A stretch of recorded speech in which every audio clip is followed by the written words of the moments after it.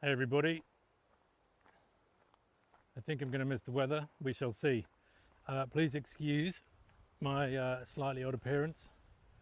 The skin that should be on my nose is now mingled with one of the trails in the Kulin, having deposited it there earlier on in the week on my last long training run before this ultra coming up this weekend.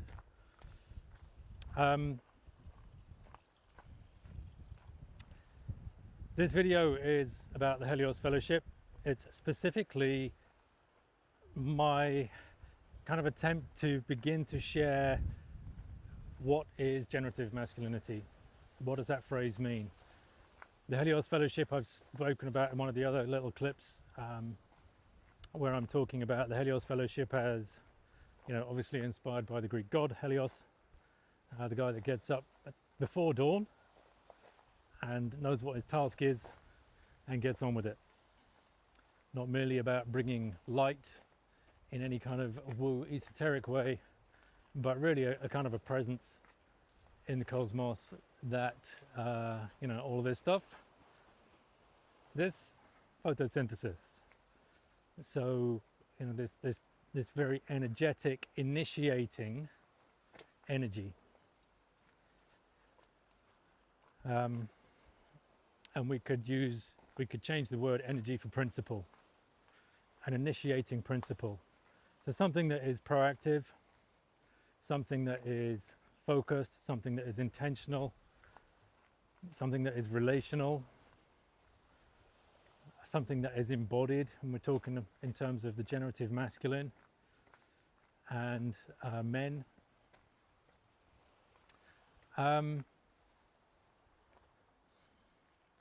Excuse me while I up a few puddles. And so initiating generative masculinity. And I guess why I'm recording this is because I want to really begin to frame the Helios Fellowship as being something different than anything I've experienced in my time in the men's world arena. Because I think it is something different. There are lots of things that are the same, that are similar. I think there's a similarity in the intention for the Helios Fellowship and the other offerings, we might say. So that's what I'm going to talk about. How is it different and why does it matter? I'm not going to talk about all the principles here. They will be kind of woven through other videos. But I think the core principle that I want to speak to is, if out of initiating generative masculinity, let me talk about what generativity is in this context. Other people have different ways of understanding it and interpreting it and expressing it. I'll give you an example of that. The other day, I was listening to a podcast and a guy called Professor Scott Galloway was on there. He's a marketing professor, American guy, kind of social commentator, political commentator, business commentator. He's essentially a marketing guru. And his main interest in the world is buying and selling companies. I've known about him for probably about 6 or 7 years. And he's not someone I follow. I don't follow anybody. But he's someone that shows up on my various feeds. And he was being interviewed, and he said something about generative masculinity, and my ears pricked up because I was like, oh, cool, this guy's using language that I recognize. I wonder what he means. I wonder what he means by it. And this is what he said. He said, yeah, well, masculinity has to be generative. He said, I was sitting my son down the other day and I was talking to him about, he needs to get a job and he needs to earn some money and he needs to start contributing to the household. And then, when he's being productive, then he's generative. And I was like, well, he's conflating two completely different things there. That's not at all what generativity means to me. And that's not at all what generativity means in the context of the Helios Fellowship and initiating generative masculinity. It's probably the antithesis of what it means here. So what Scott Galloway is talking about is productivity. He's talking about commodification. He's talking about utility relationships, trade. I do this, you do that. It's the basic layer of relationship. It's a trade, because we have different kind of layers to relationship. We have the utilitarian aspect of relationship, the trade thing that I just spoke about. And then we have transferential relationships where, you're acting out your shit with me and I'm acting out my shit with you. All the stuff that we are not conscious of within ourselves, we try and get other people to kind of play their part in helping us act that out. Hopefully, if we are at all awake, with the intention of resolving it, rather than deepening our own ignorance and sense of separation. So utility relationships, transferential relationships. Then at some point, when we've done enough of that and we've been around the block a few times and we still find ourselves in the same place with the same beliefs, the same values, the same bunch of friends, acting out the same patterns, self-sabotaging patterns, we might start to inquire as to what is driving that within ourselves, how we keep doing the thing we say we don't want to do. Welcome to Port Treat and mega tourism. And after a little bit of that kind of inquiry, we might start to develop a capacity for, I think, what the Freudians might call an I-thou relationship. So where there is an awareness of an authentic human presence in the other that can only be comprehended, appreciated, respected, and perhaps even valued for its difference, explicitly for its difference, when we have an awareness that we too are a unique and authentic human being. We might not be very skilled in inhabiting that reality, but that's when that I-thou relationship starts kicking in, is when we stop trying to manipulate, subtly kind of pretend to be the nice guy while really trying to get all our own unmet needs met in a slightly underhand or a completely underhand way. Narcissism essentially. The I-thou relationship. So anyway, so Scott Galloway, I was like, great, oh no. And so I'm differentiating that here. So what is it then, generative masculinity? What is generativity?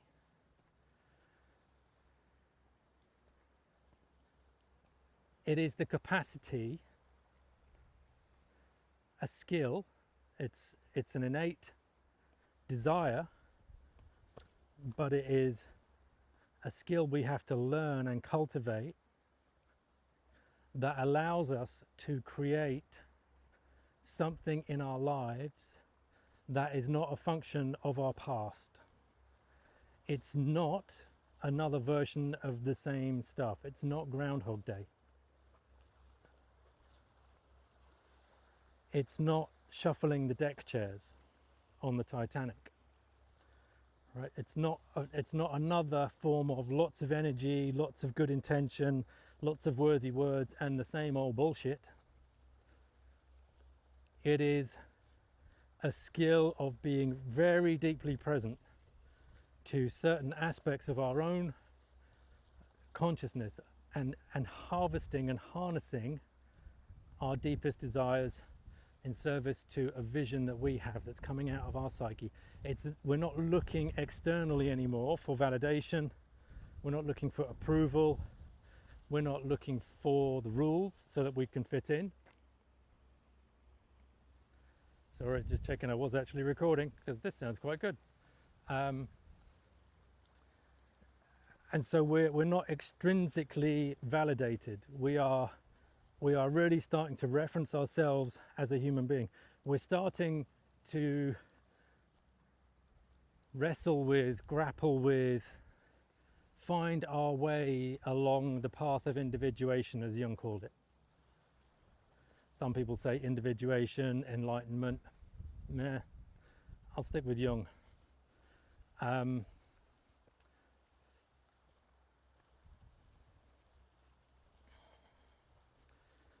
And so that's what generativity means, the capacity to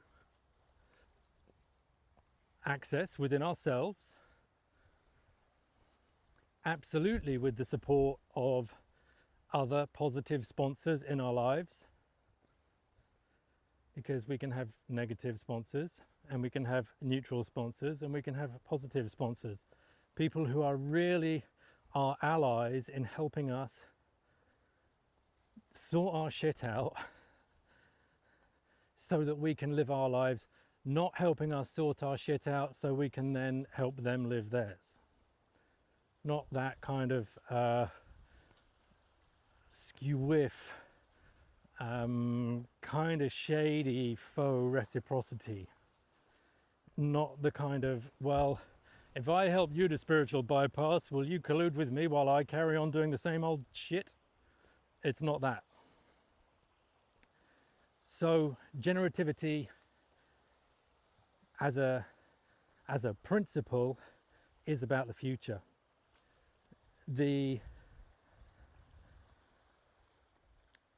imprints we receive from childhood, from very, very early on in our biography, you know, the roots are in our biological beginnings, the womb that we were conceived in, its particular hormonal content at that time has an impact on us. It doesn't define us, but it has an impact on us. The environment, the way we were spoken to, the tones of voice, the capacity for those around us to attune to us emotionally, to see us deeply, they get laid down within us as our primary sense of identity. Now we go through that, and I, as many people, grew up in pretty toxic family systems where those qualities of positive sponsorship, of blessing, of witnessing, of being seen, of having someone attune and resonate with you, take joy in your presence, be encouraging and actively attuned to you in a way where they're like, oh, hang on a minute, this thing is really important to you and you might be a bit frustrated with it now, but actually hang in there because you really actually do enjoy it. So what can I do to help you maintain space for that in your life? The opposite of that would be negative sponsorship. A quick example is, I remember one summer evening, all my mates were out playing and I was supposed to be practicing the piano. And my mother was a very frustrated piano player and I didn't want to practice. I wanted to be out playing football with my mates in the street and running around in the woods. And I can't remember how old I was, but old enough to kind of be able to say no and mean it for myself. So I just went. I just went out. I said no and I left. And I went out to play and she didn't say anything. And I like playing the piano. But I didn't like being forced to play the piano on somebody else's time frame. I came home from school the next day and she'd sold the piano. It was just like there was just an empty space in the corner. And I remember thinking, wow, was it really that big a deal? And so that's like, you know, clearly narcissistic behavior kicking in there, but that's negative sponsorship, right? That's where what is important to you is not just not blessed, it's actively attacked. Generativity is in part the capacity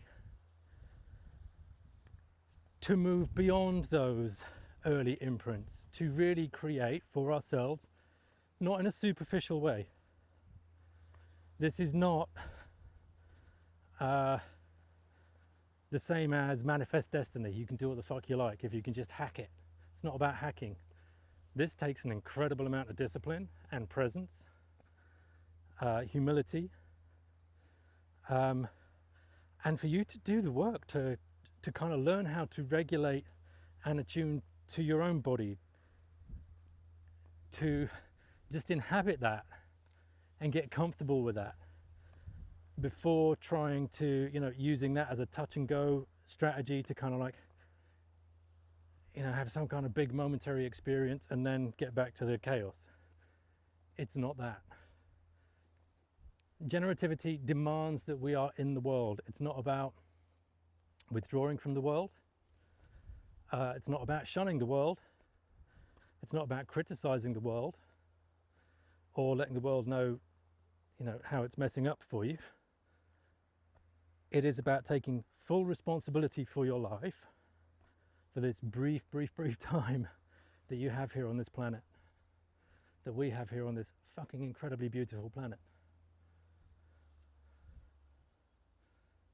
Rase,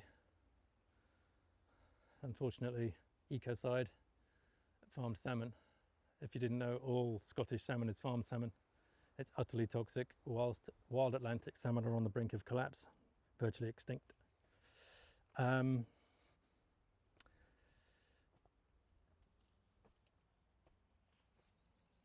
so once we have that kind of discipline, and actually that discipline is not about forcing ourselves to do something or be something we're not. It's about really taking the time to appreciate yourself and your life, not in a narcissistic, self-absorbed way, but coming from a place where, not just as a concept, but as a deeper knowing that what you do here, how you show up to yourself, how clearly you wish to see yourself and value yourself, the good, the bad, and the ugly, to be honest and authentic in that matters, that has an effect, regardless of what you're doing. That has an effect on those around you. It helps other people locate you in time and space as an authentic person that I can actually talk to. They're not going to mask and bullshit me. They're not trying to impress me. They're not going to try and screw me over or have me act out with them. If they do that, they would have enough awareness perhaps to come to me at another time and say, hey, I think I got that wrong, and by the way, have you got 5 minutes? Because I think something went awry in our relationship and I'd like to sort it out. Generativity doesn't really indulge shame. It might acknowledge that it's in the room, that it's somehow part of the dynamic that we're moving through and beyond, but it doesn't indulge it. It doesn't kind of get seduced by that self-pity narrative. It always is seeking to become more skillful in holding those kinds of dynamics, relating authentically to those kinds of dynamics, especially when it's difficult. Because when it's easy and no one needs any of this shit. We can just get on with our lives, right? Ask the sheep. They don't care.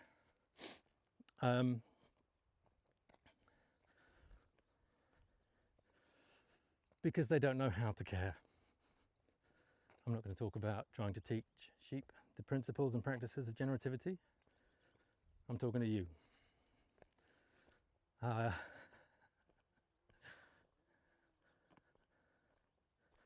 So once again, simply generativity, its principles and its practices, of which there are many,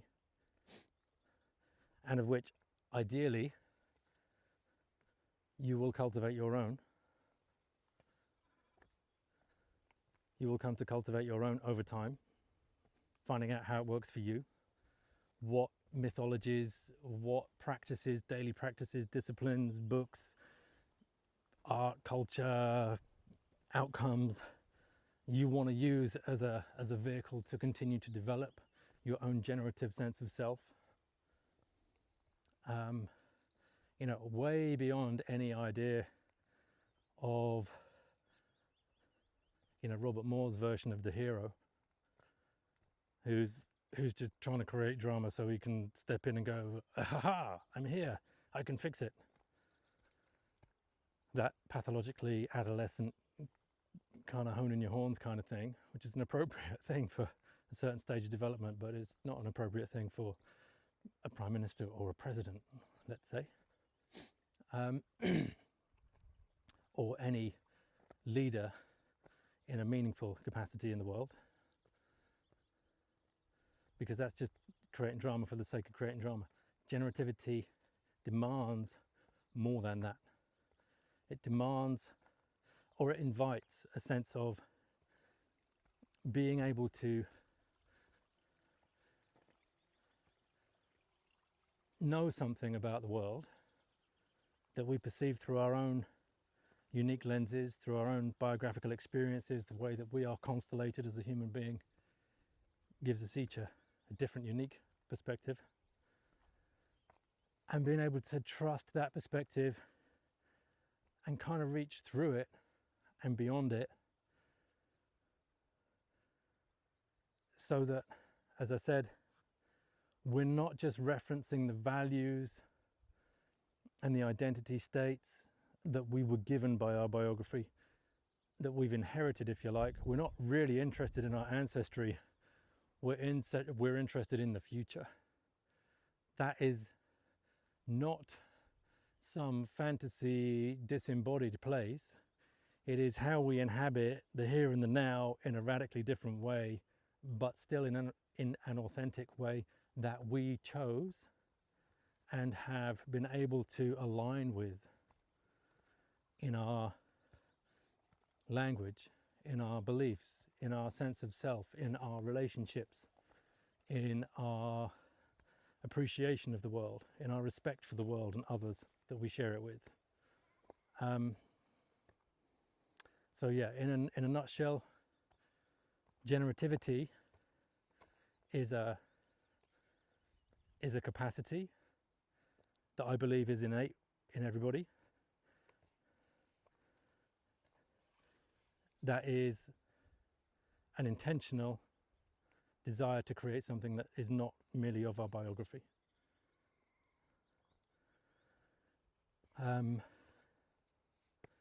That's the first aspect of it.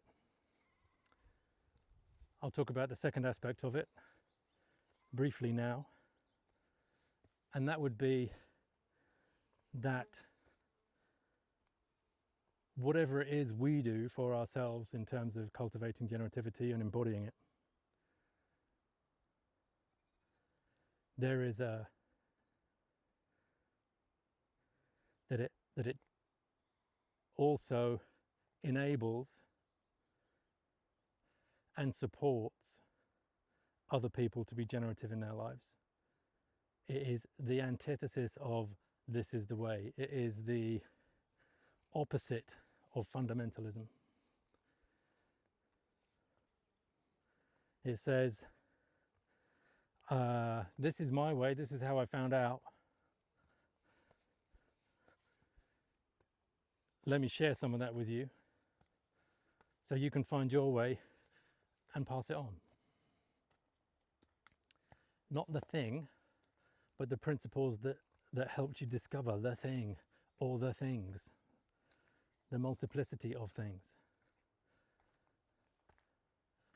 You know, I got this bump on my nose and the hole in the back of my top lip because when I'm in this kind of environment, the Kulin Mountains are pretty spectacular. They're a great playground. And over the years, I've come to realize that I used to kind of carry big backpacks and loads of shit to the top of these mountains, and that was an enormous amount of work. Whereas if I stay reasonably fit and healthy and agile, I can run.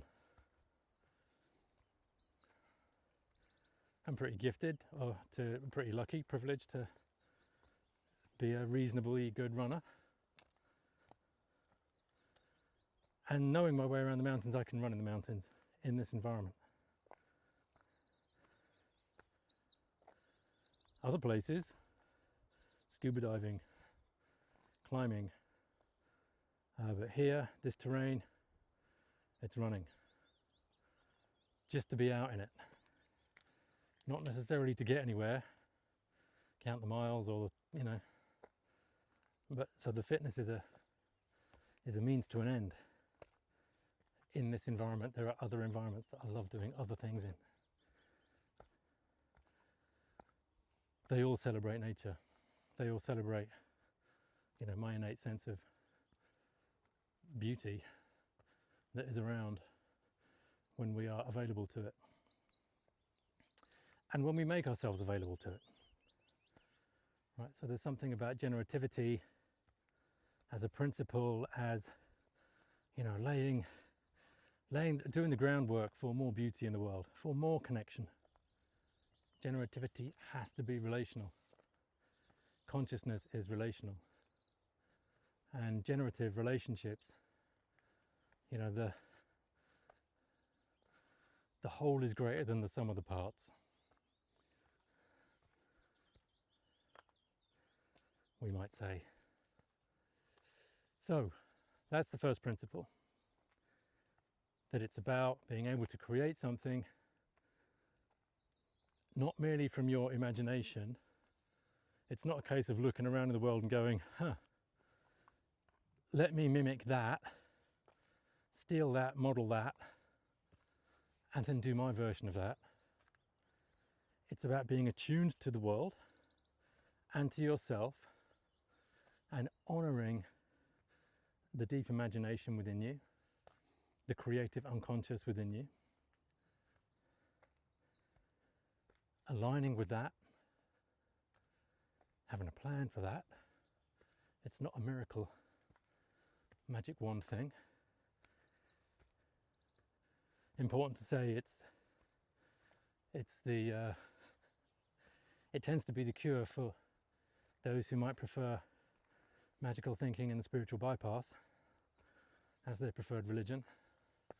It's not a religion for a start, but it's certainly not that, because it brings you into touch with reality, an authentic reality, an emergent reality, and then helps it come into the world in a very deeply aligned way, and helps you move with that, through that, and to continue doing that across the course of your life. So every threshold passage you come to, it's not some big crisis, it's not some, I need to check out for 6 months and go and discover myself again.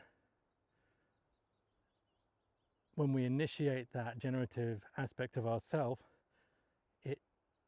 we definitely need kind of course corrections and updates, but we're able to maintain a connection to that deep, embodied sense of self, generative sense of self, that's kind of nudging us in our own direction, whilst helping us remain connected to and deeply relational with everything around us. So that's the first principle. There you go, a little view of Rase. Duncan is the little sticky up bit. And then over here, that's the mainland in the far distance there. Anyway, enough of that. Principles of generativity, initiating generative masculinity. I'll talk more about those in other clips. Thanks for now.